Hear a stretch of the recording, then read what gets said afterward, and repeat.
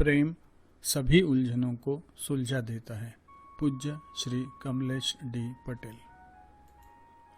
प्रिय भाइयों और बहनों, 21 जुलाई 1945 को हमारे प्रियतम पूज्य बाबूजी महाराज ने श्री रामचंद्र मिशन शाहजहांपुर उत्तर प्रदेश भारत को भारत के उत्तर प्रदेश राज्य के सोसाइटी पंजीकरण अधिनियम के अंतर्गत सहायक पंजीयक फर्म्स और चिट्स बरेली के कार्यालय में पंजीकृत करवाया था और इस वर्ष हम मिशन के उत्कृष्टपूर्ण 75वें साल का उत्सव मना रहे हैं।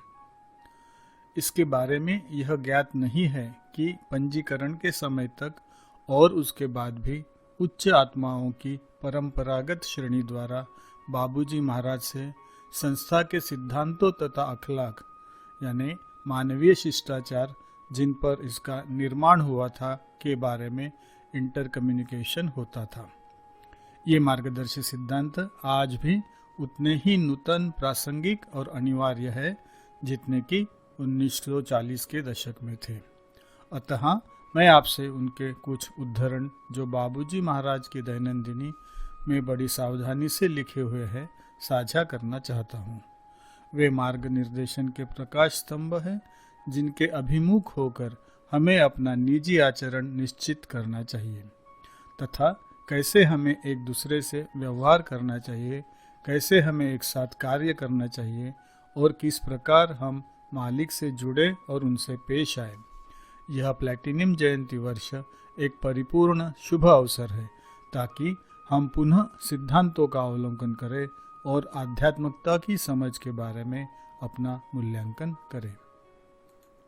अगर हम इन रत्नों को परखने के लिए समय निकाल सकें और चिंतन करें कि किस प्रकार वे हमारे जीवन और कार्यों में प्रत्यक्ष दिखाई देते हैं, तो हम अपने उद्देश्य को निर्धारित कर सकेंगे। जिस प्रकार हम एक नौका की पतवार को नियत करते हैं, उसी तरह हम अखलाक यानी मानवीय शिष्टाचार के ऊर्जावान एग्रीगोर की दिशा में चल पड़ेंगे।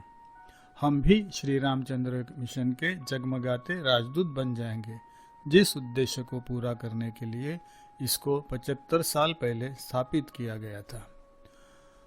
हम डायरी में प्रविष्टियों की एक श्रृंखला से प्रारंभ करते हैं। 12 अक्टूबर 1944 को भारत की भगवान श्री कृष्ण की बाबूजी की डायरी में प्रथम बार उपस्थिति होती है और लाला जी महाराज के साथ मिलकर वे भविष्य में मिशन के कार्यक्षेत्र के बारे में रूपरेखा बनाना शुरू कर देते हैं। भगवान श्री कृष्ण कुछ महत्वपूर्ण निर्देशों को साझा करते हैं। 19 अक्टूबर 1944 को श्री कृष्ण जी महाराज कहते हैं, जीवन के नियम अत्यंत सरल होने चाहिए। 1. सच बोलने की आदत डालनी चाहिए। 2. नाच तमाशे की बातों से बचे। 3. बच्चों से प्रेम, बड़ों का सम्मान, माँ बाप की सेवा। 4. सत्यता से निर्वाह। 5. सत्यनिष्ठ रहना। 6. दूसरों की धन दौलत को लालसा पूर्वक न देखना। 7. कुपित दृष्टि से दूसरों को न देखना। 8. स्वभाव को शांत रखने का प्रयत्न करना। 9. किसी से ऐसी बात न कहना जिससे उनका दिल दुखे। 10. इन सब बातों के होते हुए भी शत्रु के सामने तलवार खींचना मना नहीं, किंतु यह याद रहे कि वह किसी की सुरक्षा के लिए हो। 11. प्रार्थना और उपासना, संध्या का पालन 2 वक्त सूर्योदय तथा सूर्यास्त के होना चाहिए। बदलती परिस्थितियों के अनुसार मैंने तीसरे वक्त की संध्या का आदेश नहीं दिया। ये साधारण नियम है जिनका पालन प्रत्येक मनुष्य को करना चाहिए। इन नियमों में लालाजी महाराज ने कुछ दिनों के पश्चात और बढ़ोतरी की। 21 अक्टूबर 1944 पूज्य लालाजी महाराज कहते हैं, निम्नलिखित नियम अभ्यास से संबंध रखते हैं। 1. ईश्वर की हस्ती को एक रूप में मानना चाहिए। 2. निरर्थक पूजाओं से बचना। 3. पक्षपात से घृणा। 4. केवल उसी ईश्वर की पूजा होनी चाहिए जो इसके योग्य है। 5. गुरु का सम्मान। 6. और ऐसे शिष्टाचार के नियमों का पालन करना चाहिए जिनके पालन करने से दूसरों को लाभ हो। 7. अपनी जीवन शैली ऐसी बनानी चाहिए जिसको देखने से लोगों में सत्य स्वभाव का प्रभाव हो जावे। 8.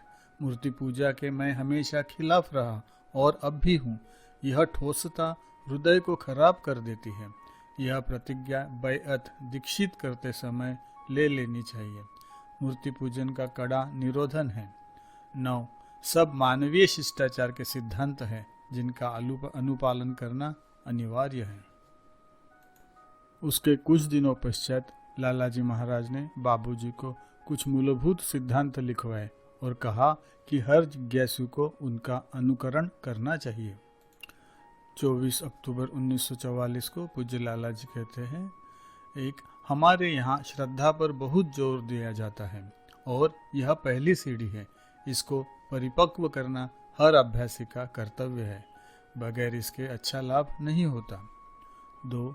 हर जिज्ञासु को चाहिए कि पहले अपने दिल में यह निश्चय कर ले कि यह इस अभ्यास से उसको लाभ होगा और यह बात अनुभव से सिद्ध हो जाएगी। उसके पश्चात श्रद्धा को परिपक्व करने पर प्रवृत्त हो और अपने सिखाने वाले के आदेश का परिपालन अपना कर्तव्य समझें। 3.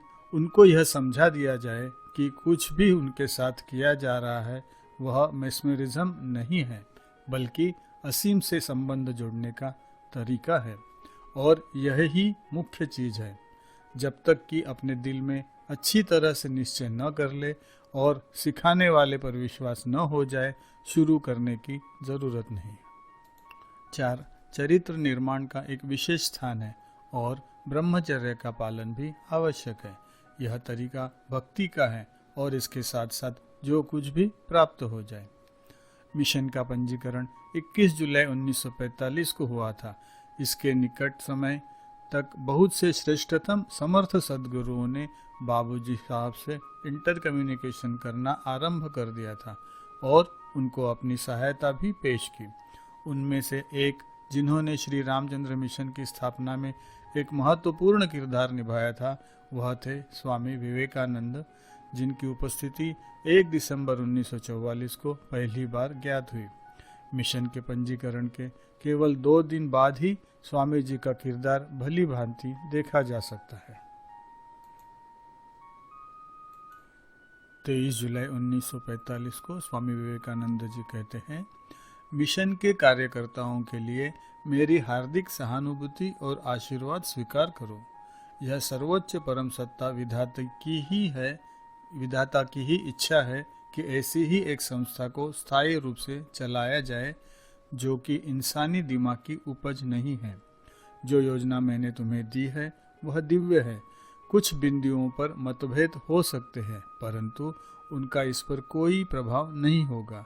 वहां पर मेरा मार्गदर्शन परिपूर्ण रूप से रहेगा। कृपया इसकी महत्ता पर ध्यान दें कि सर्वोच्च सत्ता परमात्मा की ही इच्छा है कि ऐसी एक संस्था को स्थायी रूप में चलाया जाए जो कि मानवीय मन की उपज नहीं है। जो योजना मैंने तुम्हें दी है वह दिव्य है। श्री रामचंद्र मिशन स्पष्ट रूप से एक बौद्धिक अस्तित्व से अधिक है और इसका अध्यक्ष एक कार्यालय पदाधिकारी से कहीं अधिक है। यहाँ हम एक दिव्य उपहार के बारे में बात कर रहे हैं, विधाता से मिला एक उपहार और मानवता को प्रकाश की ओर ले जाने वाला मार्ग। इसके कुछ सप्ताह पश्चात लालाजी महाराज द्वारा मिशन के कार्य संपादन के बारे में कुछ दिशा निर्देशन करते हैं। 17 अगस्त 1945 पूज्य लालाजी महाराज कहते हैं, मेरा मतलब यह है कि मिशन पंजीकृत हो चुका, अब इसका काम शुरू होना चाहिए। 1. उसमें काम करने के लिए ऐसे लोग छांट लेने चाहिए जो युवा हो और ठीक काम कर सकें।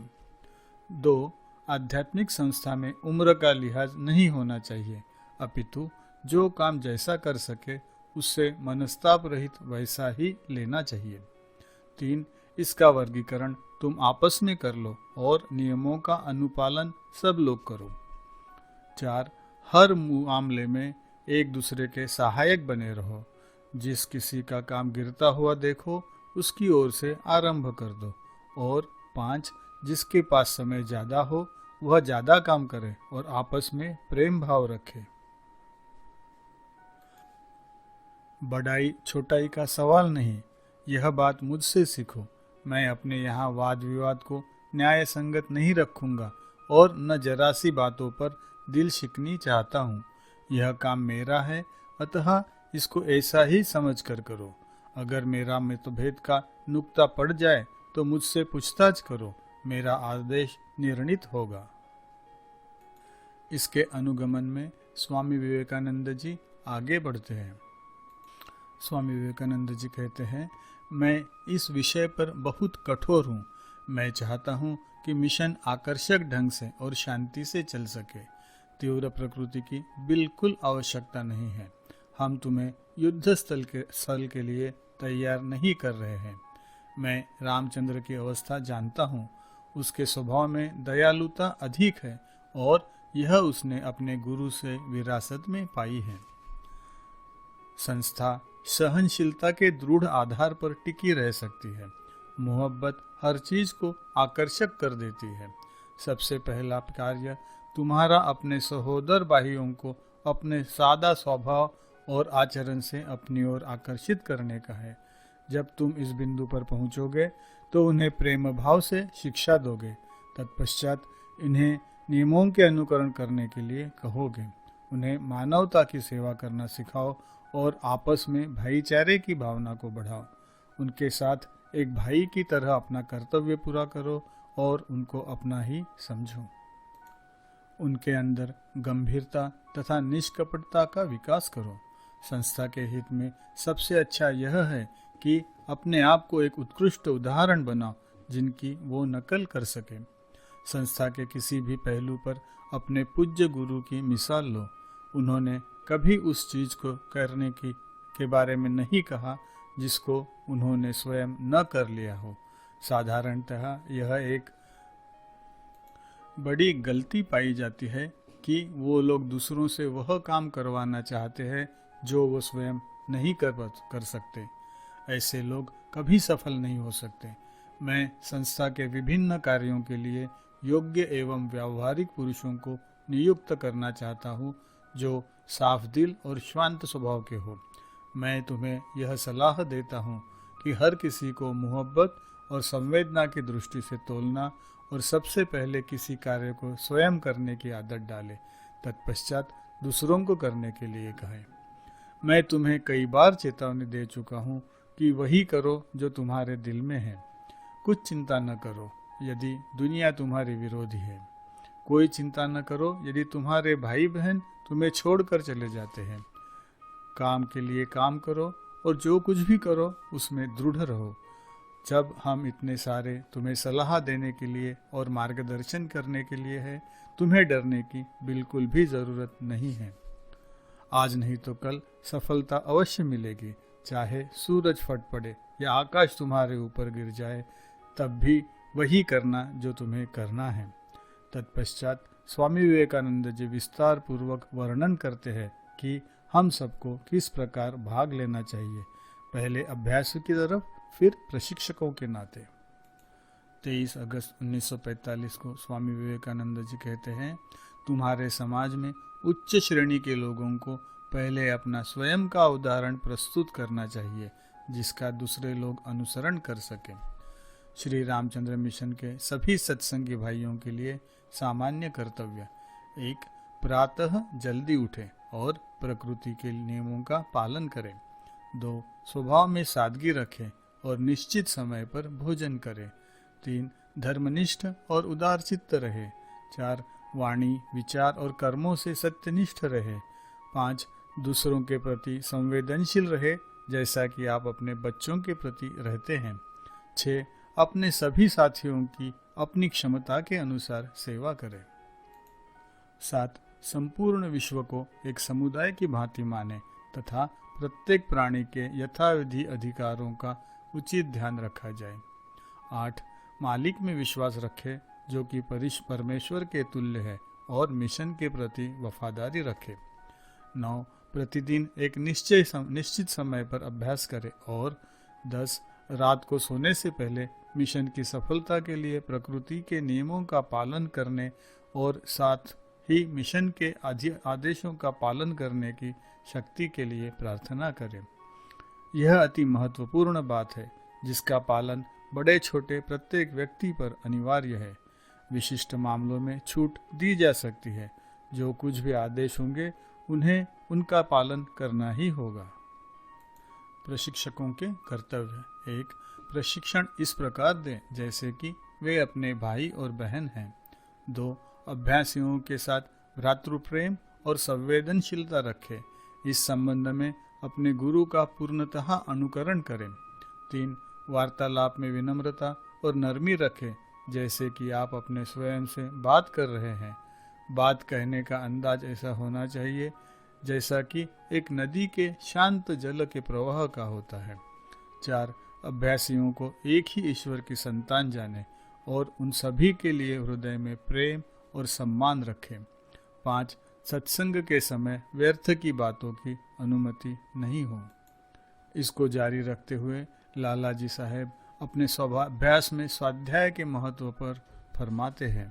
पूज्य लाला जी कहते हैं, हर सत्संगी को एक नोटबुक बनानी चाहिए जिसमें यह मार्गदर्शक नियम लिख लिए जाएं और उनको कभी कभी देखते और अभ्यास करते रहे और खामियां दूर करते रहे।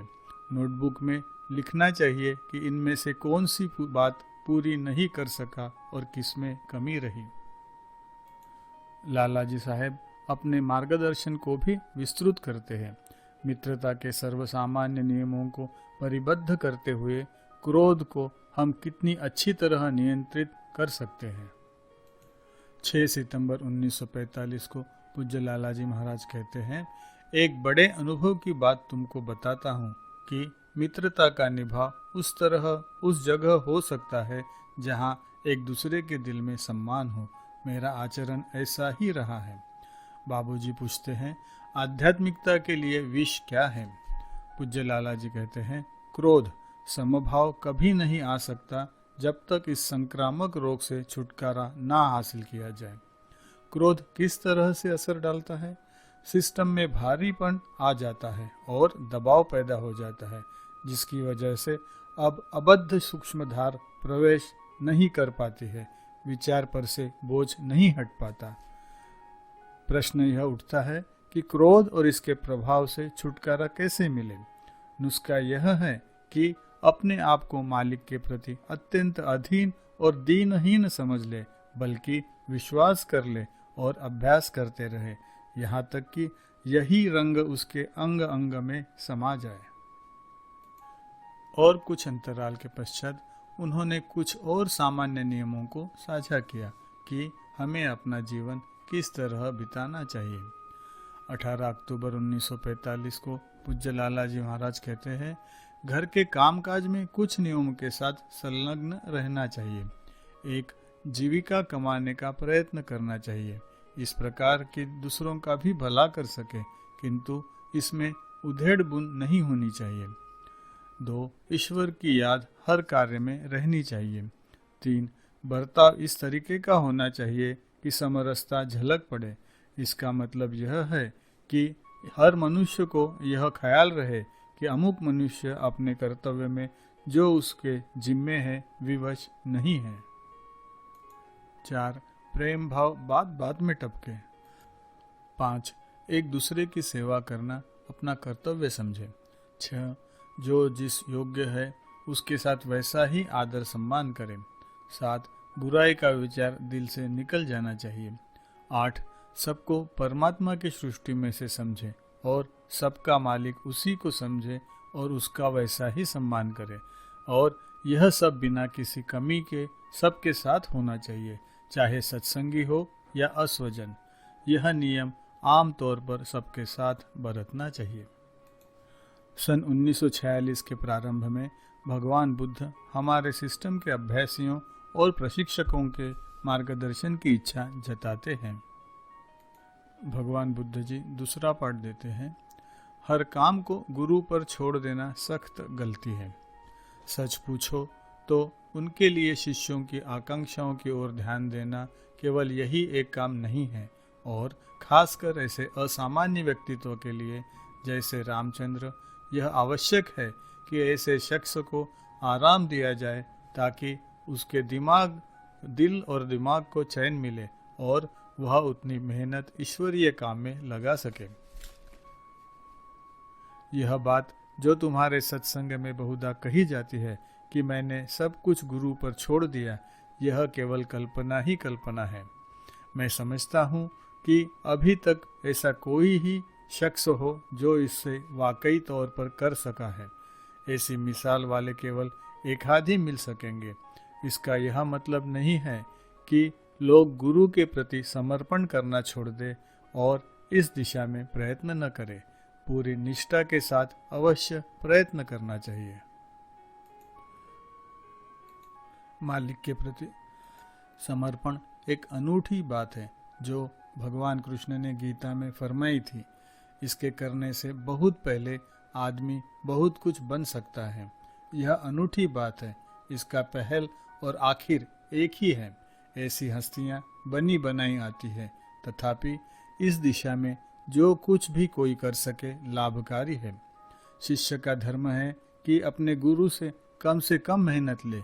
इसका यह अर्थ नहीं है कि शिष्य गुरु के पास आना छोड़ दे। 20 फरवरी 1946 को भगवान बुद्ध जी 5वां पाठ देते हैं। एक आध्यात्मिक शिक्षा देने वाले में निम्नलिखित गुण होने चाहिए। एक, उसका अंतस्थ और बाह्य दोनों एक होने चाहिए। यह बात मैं केवल आध्यात्मिकता के लिए कह रहा हूँ, वरना सांसारिक व्यवहार में इस सिद्धांत के विपरीत भी जाना पड़ता है। मतलब यह कि दोनों बातें आंतरिक और प्रत्यक्ष ऐसा संतुलन हो जाए या मिल जाए कि दोनों में कोई अंतर बाकी न रहे। व्यक्ति का कोई हिस्सा ऐसा न रह जाए जो पूर्ण व्यक्तित्व के विपरीत हो। जहाँ पर जैसी आवश्यकता हो वैसा ही जोर उसी दिशा में मालूम पड़े और स्वयं इन सब के से स्वतंत्र रहे। कहने का तात्पर्य यह है कि उस महत्व अथवा शक्ति का प्रभाव अपने हृदय पर न लेवे। 2, यह भी शर्त है कि उभार की अवस्था में भी संतुलित बने रहे। मैंने ऐसा यहाँ बहुत कम पाया। एक शख्स रामचंद्र अगर ऐसा बन भी गया तो गिनती में नहीं लेना चाहिए। तात्पर्य यह है कि हर शख्स को इस अवस्था पर पहुंचने का प्रयत्न करना चाहिए। यह कर्तव्य तुम्हारा है कि ऐसी अवस्था में हर शख्स को ले जाने का प्रयत्न करो। निसंदेह तुम्हारी शिक्षा आरंभ से ही ऐसी हुई है और हो रही है, किंतु इसका प्रशंसक कोई नहीं। संभव है कि लोग तुम्हारी संगति से इसका आनंद लेने लगे। तुम्हारा केस स्पेशल है। मैं तुम्हारे सत्संग के प्रशिक्षकों का ध्यान इस ओर दिलाना चाहूँगा। यह ही एक चीज है जिसके लिए मैं जंगल में मारा फिरा, कितने कष्ट उठाए, राज्य छोड़ा, मगर यह निर्वाण क्या कोई कम खुशी और आनंद की बात थी? इसके सामने सच पूछो तो निर्वाण के अनंत आनंद के खजाने के मुकाबले में एक साम्राज्य बिल्कुल तुच्छ है। इस उपलब्धि की कीमत कोई अदा नहीं कर सकता। 3, ऐसे गुण हर एक में पैदा हो। तरीका यह है कि जहाँ तक हो सके अपने आप को उच्चतम सीमा तक लय कर डाले। हमेशा उसको यह ही दृष्टिगोचर हो। 4, किसी प्रकार विचार ऊंचा प्रतीत न पड़े, न पैदा हो कि इतनी तरक्की हमने कर ली है। 5, कोई रुकावट न हो और स्वयं पर निगरानी रखे। और 6, चांदनी की तरह अपने को निखरा हुआ और शीतल अनुभव करे। 30 पर भी यह असंभव है कि इसको पर्याप्त रूप से समझाया जाए। क्या ऐसा कोई रणबांकुरा है जो अपने आप को इतना ठंडा कर दिखाए? अफसोस, यह बात जो तुम लोगों को उपलब्ध है मुझे मेरी जिंदगी में मिल जाती तो जंगलों की धूल छाननी नहीं पड़ती। क्या यह समय तुम कोई मामूली समय समझ रहे हो? क्या इसको फिर देखना चाहते हो? ऐसा न हो कि रामचंद्र यह सब अत्युत्तम आध्यात्मिक संपन्नता अपने साथ ही लिए हुए चला जाए। और फिर 1947 में स्वामी विवेकानंद जी के हमारे पास विख्यात इंटर कम्युनिकेशन है, जिनमें वे हमको एक ही रस्सी की लड़ी की तरह बनने के लिए कहते हैं। 23 सितंबर 1947 को स्वामी विवेकानंद जी लिखते हैं, मैं यहाँ एक अवलोकनकर्ता की भांति मिशन की इस महत्वपूर्ण सभा में बैठा हूँ जिस पर इस संस्था का भविष्य निर्भर है। मैं चाहता हूँ कि मिशन सहज रूप में निर्विघ्न कार्य करे। मैं नहीं चाहता कि किसी भी अवस्था में आपसी विद्वेष की स्थिति पैदा हो। आप सभी को संगठित होकर सार्वजनिक हित के लिए सम्मिलित हो जाना चाहिए। अपने आप को एक ही रस्सी की लड़ियों की तरह बनाएं। भविष्य आप पर निर्भर करता है। मैंने अपने मिशन को स्वयं अकेले ही संगठित किया और आप इसका परिणाम देख सकते हैं। इसे संपूर्ण विश्व का समर्थन प्राप्त हुआ है। मेरी सफलता के पीछे एकमात्र मेरा आत्मविश्वास ही निहित है। आपको बिल्कुल यह चिंता करने की आवश्यकता नहीं है कि आपका मिशन और बेहतर नहीं होगा। रामेश्वरम में कहे गए मेरे शब्द सच साबित होंगे। मेरे मालिक आप सभी पर अपने आशीषों की वर्षा कर रहे हैं। अगर आपका मिशन उन्नत होता है तो यह निश्चित रूप से मेरी सफलता होगी। अब यह मेरा मिशन है। आपके देहावसान के पश्चात लोग इसे जान पाएंगे। अब मैं केवल इसी कार्यक्षेत्र में काम करता हूँ और बहुत से संत भी इसी प्रकार कार्य कर रहे हैं। मिशन की स्थापना से संबंधित दिशा निर्देशों के साथ ही लालाजी महाराज ने यह परामर्श दिया है कि जिज्ञासुओं से मिशन के भंडारे और सभी सभाओं में किस प्रकार के व्यवहार की आशा की जाती है। 31 जुलाई 1944 को पूज्य लालाजी महाराज लिखते हैं, 1. हर शख्स को एक दूसरे का सम्मान करें। 2. ऊंच नीच का सवाल जलसे में पैदा न हो। 3. सब लोग खुद को एक ही माँ बाप की औलाद समझे। 4. कोई ऐसी बात न हो जो एक दूसरे को नापसंद हो। 5. बेहुदगी से बचे। 6. तबीयत को एकाग्र चित्त रखें। 7. बहस और मुबाह से तर्क वितर्क में रुचि न रखें। केवल जो बातें जरूरी हो वह पूछें। 8. भंडारे का मतलब यह है कि जिसका स्मरणोत्सव मनाया जा रहा है उसकी याद को ताज़ा करें। 9. यह विचार न होना चाहिए कि कौन किस संस्था का गुरु है और कौन किसका शिष्य है। 10. फैज की वर्षा सब जगह एक समान होनी चाहिए। इन सब उदाहरणों से हम क्या ग्रहण कर सकते हैं? वे स्पष्ट निर्देशों से भरपूर है और साथ ही साथ कीमती गूढ़ संकेतों से भी, जो सभी हमारे जिंदगी को बदलने में हमारी सहायता करते हैं। और लालाजी साहब का निमंत्रण की डायरी लिखना जारी रखा जाए जिसमें ये सभी मार्गदर्शी नियम लिखे जाए और समय समय पर ध्यानपूर्वक पढ़े जाए ताकि अपनी कमियों को दूर किया जा सके। डायरी में इसका विवरण भी होना चाहिए कि किसकी आपूर्ति नहीं हो सकी और किस में अभी भी कोई कमी बाकी रह गई है। यह विशेष ध्यान देने योग्य है। स्वाध्याय नियम के 5 खंभों में से एक है, जो कि अष्टांग योग में चरित्र उत्थान का एक अंग है।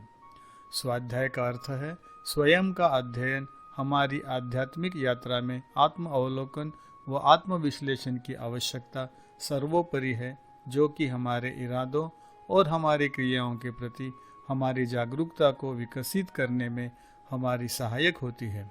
हमारे विचार और हमारी भावनाएं हमारी आंतरिक स्थिति की अभिव्यक्ति होते हैं, अतः उनके साक्ष्य से अपनी अंतःस्थिति को जानने में सहायता प्राप्त होती है।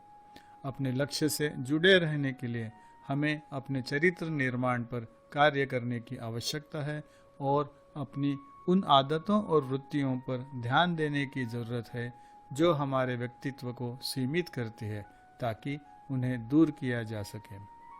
स्वयं के प्रति आलोचक हुए बिना और अपराध बोध व शर्मिंदगी की भावना को न पनपने देने के साथ साथ ऐसा कैसे किया जा सकता है? हार्टफुलनेस की पद्धति आत्मविश्लेषण का एक ऐसा ही मार्ग है जिसमें आत्म स्वीकार्यता और आत्म संवेदना के साथ निरंतर सुधार और सूक्ष्मता प्राप्त होती है। अपनी पिछली भूलों के अपराध बोध के बोझ से दबने की कोई जरूरत नहीं। भला इसी में है कि उनको जाने दो और स्वयं को बदलना सीखो। अन्य नियमों, निर्मलता, संयम और आंतरिक संतोष के बिना स्वाध्याय करना मुश्किल है। क्या एक अशुद्ध हृदय स्वाध्याय का सहारा लेगा? क्या एक ऐसा व्यक्ति जो आत्मशुद्धि और संयम के कुछ स्तरों से न गुजरा हो, वह स्वाध्याय की ओर आगे बढ़ेगा? क्या एक असंतुष्ट हृदय स्वयं का आकलन करना चाहेगा? कृपया आप स्वयं से ही इन महत्वपूर्ण प्रश्नों को पूछिए। इससे पहले कि हम दूसरे नियमों, निर्मलता, सादगी और संतोष में पूर्णता प्राप्त करें, शुक्र है कि हार्टफुलनेस हमें स्वाध्याय के अभ्यास करने की छूट देता है। यह कैसे संभव है?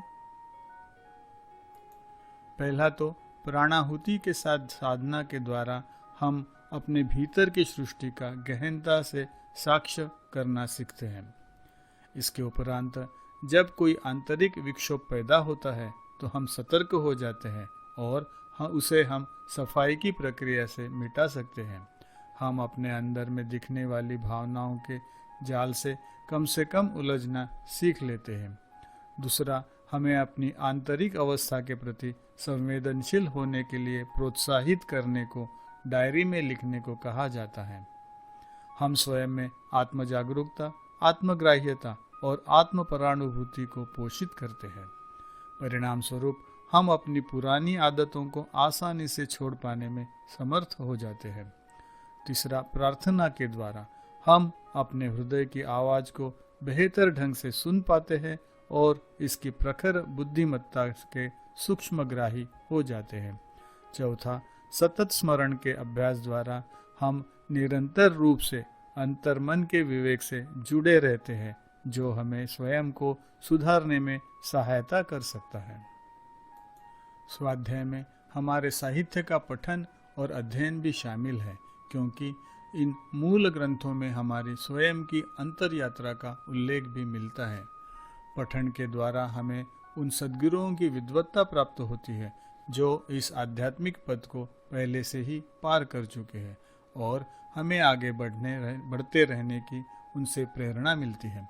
इन पवित्र ग्रंथों में परत दर परत अर्थपूर्ण बातें अथवा ज्ञान भरा है और जैसे जैसे हम अपने इस आध्यात्मिक यात्रा में तरक्की करते हैं तो ज्ञान की ये परतें खुलती जाती है। हम सभी यहाँ बिल्कुल यही कार्य कर रहे हैं। विशिष्ट हस्ती बाबूजी महाराज की डायरी की प्रविष्टियों को पढ़ रहे हैं और उनमें निहित ज्ञान को अपने जीवन में उतार रहे हैं। इस प्रक्रिया में हमें सदैव लक्ष्यों की ओर अग्रसर होने का मार्गदर्शन मिलता है, क्योंकि सूक्ष्मता धीरे धीरे हमें लयावस्था तक ले जाती है। क्या हम ऐसा सोच सकते हैं कि हम बाबूजी महाराज के इन मार्गदर्शी नियमों से प्रतिदिन एक एक नियम ले और उसे स्वयं में अनवरत सुधार का भाव रखते हुए अपने भीतर ही भीतर उसका अध्ययन करें? यदि हम सभी को ऐसा अगले 6 महीने या 1 साल के लिए करना पड़े तो इसका क्या व्यापक परिणाम होगा, और फिर क्या 6 महीने के बाद हम इस प्रक्रिया को छोड़ भी पाएंगे? मुझे तो संदेह है। स्वयं का आंतरिक रूपांतरण तो इसका शीघ्र प्रभावी होता है कि एक बार अगर हम इसका मजा चख लेते हैं तो फिर पीछे मुड़ने का तो सवाल ही नहीं उठता। हाँ, यह तो है कि इसके लिए हिम्मत और धैर्य की आवश्यकता होती है, परंतु क्या कोई साहसिक कार्य कठिन प्रयत्न के बिना संभव होता है? वे सभी मार्गदर्शी सिद्धांत जो हमारे गौरवशाली श्री रामचंद्र मिशन के प्रारंभ में बनाए गए थे, वे सभी सिद्धांत आज भी हम सभी का मार्गदर्शन करते हैं। ईश्वर करे कि हम सभी समस्त चुनौतियों को पार करें और उन सिद्धांतों को अपने हृदय में अपनाएं। प्रेम एवं आदर के साथ, कमलेश। पूज्य बाबूजी महाराज की 121वीं जयंती एवं श्री रामचंद्र मिशन की स्थापना के 75वें वर्ष के अवसर पर दिया गया यह संदेश।